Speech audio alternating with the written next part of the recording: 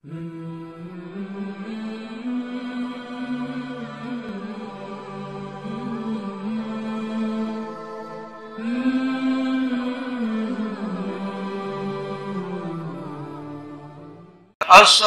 والسلام عليك يا رحمة للعالمين وعلى آلك وأصحابك يا شفيع المذنبين.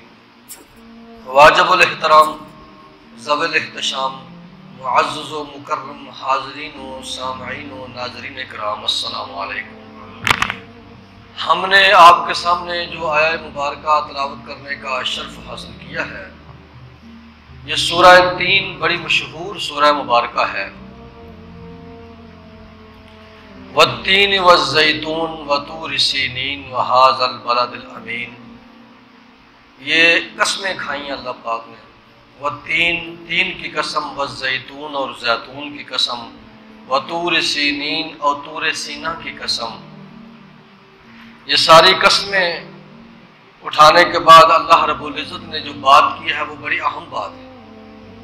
اللہ کی ہر بات ہی اہم ہوتی ہے، لیکن بندوں کو جس بات کی طرف اللہ نے زیادہ متوجہ کرنا ہو تو توجہ دلانے کے لیے شروع میں اس بات کرنے سے پہلے قسمیں اٹھائی جاتی ہیں.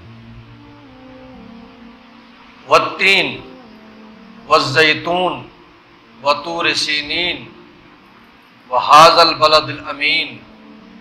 1 2 3 4 چار قسمیں اٹھانے کے بعد، یعنی بندے نے سوچا کہ اللہ قسمیں 4 قسمیں اٹھا رہا ہے تو بات بڑی اہم ہے تو اس لیے اٹھا رہا ہے. بندوں نے کانوں کی کھڑکیاں بھی کھول لی، دل کی کھڑکیاں بھی کھول لی کہ اللہ کی بات سنیں. تو اللہ نے فرمایا بات یہ ہے، لَقَدْ خَلَقْنَا الْإِنسَانَ فِي أَحْسَنِ تَقْوِيمٍ. کہ انسان کو ہم نے بڑی خوبصورت بناوٹ میں بنایا ہے، اسے ہم نے احسن تقویم بنایا ہے. بڑی کمال کی چیز ہے انسان.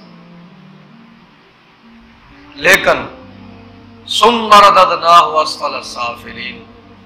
انسانوں میں سے بعض طبقات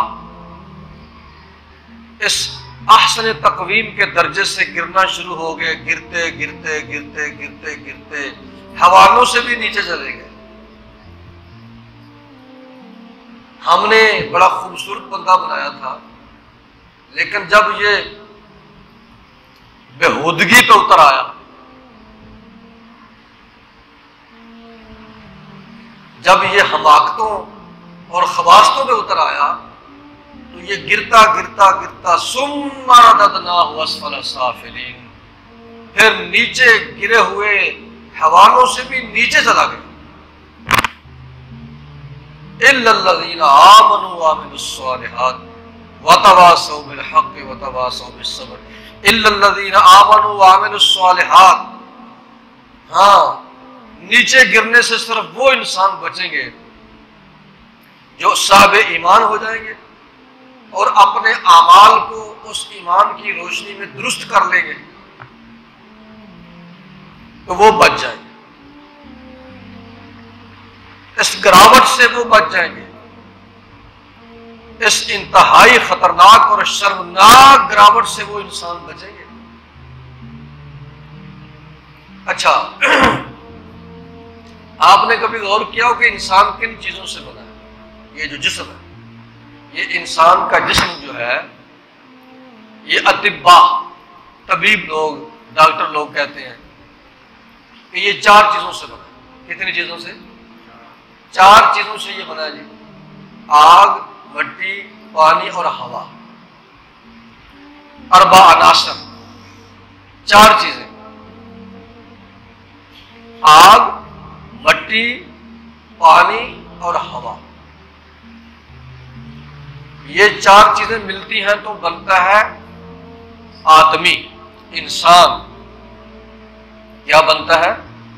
انسان بنے. مٹی آئی، ہوا، آگ اور پانی، یہ چاروں چیزیں مل گئی تو انسان بن گیا. لیکن عجیب بات یہ ہے کہ یہ چیزیں آپس میں مخالف ہیں. ان مخالف چیزوں کو ایک وجود میں اللہ نے اکٹھا کر کے انسان بنا دیا.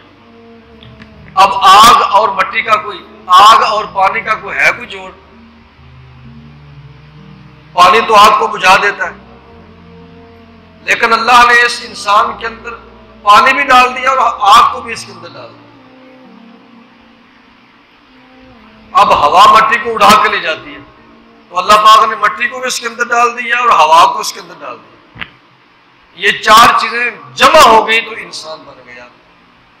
لیکن مرشد اقبال، اللہ اکبر، قلندر لاہوری مرشد اقبال نے فرمایا کہ انسان تو چار چیزوں سے بن گیا، لیکن مسلمان کتنی چیزوں سے بنتا ہے؟ مسلمان بھی چار چیزوں سے بنتا ہے. چار چیزوں سے انسان بن گیا اور پھر چار چیزیں مزید جمع ہو جائیں اس کے اندر تو پھر مسلمان بن گیا. وہ چار چیزیں کون کون سی ہیں؟ قہار، غفار، قدوس، جبروت. یہ چار عناصر ہوں تو بنتا ہے مسلمان. قہاری، غفاری، قدوسی، قدوس اور جبروت، یہ چار نام اللہ کے نام ہیں. قدوس بھی اللہ کا نام ہے، جبروت بھی اللہ کا نام ہے، قہار بھی اللہ کا نام ہے، غفار بھی اللہ کا نام ہے.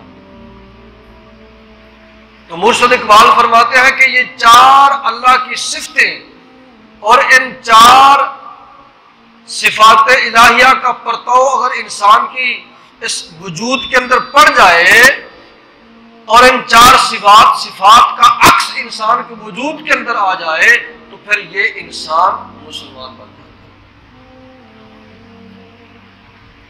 تو بات بڑی سادہ سی ہے اور بڑی اہم بھی ہے کہ چار چیزوں سے انسان بن گیا اور چار چیزوں سے ہی مسلمان بن گیا. اب آپ سوچ رہے ہوں گے کہ یہ اللہ کی صفتیں جو انسان کے اندر کیسے آ سکتی ہیں؟ اللہ سمیع، سننے والا، بصیر، دیکھنے والا. اللہ سمیع بصیر، اللہ سننے والا بھی ہے، دیکھنے والا بھی ہے.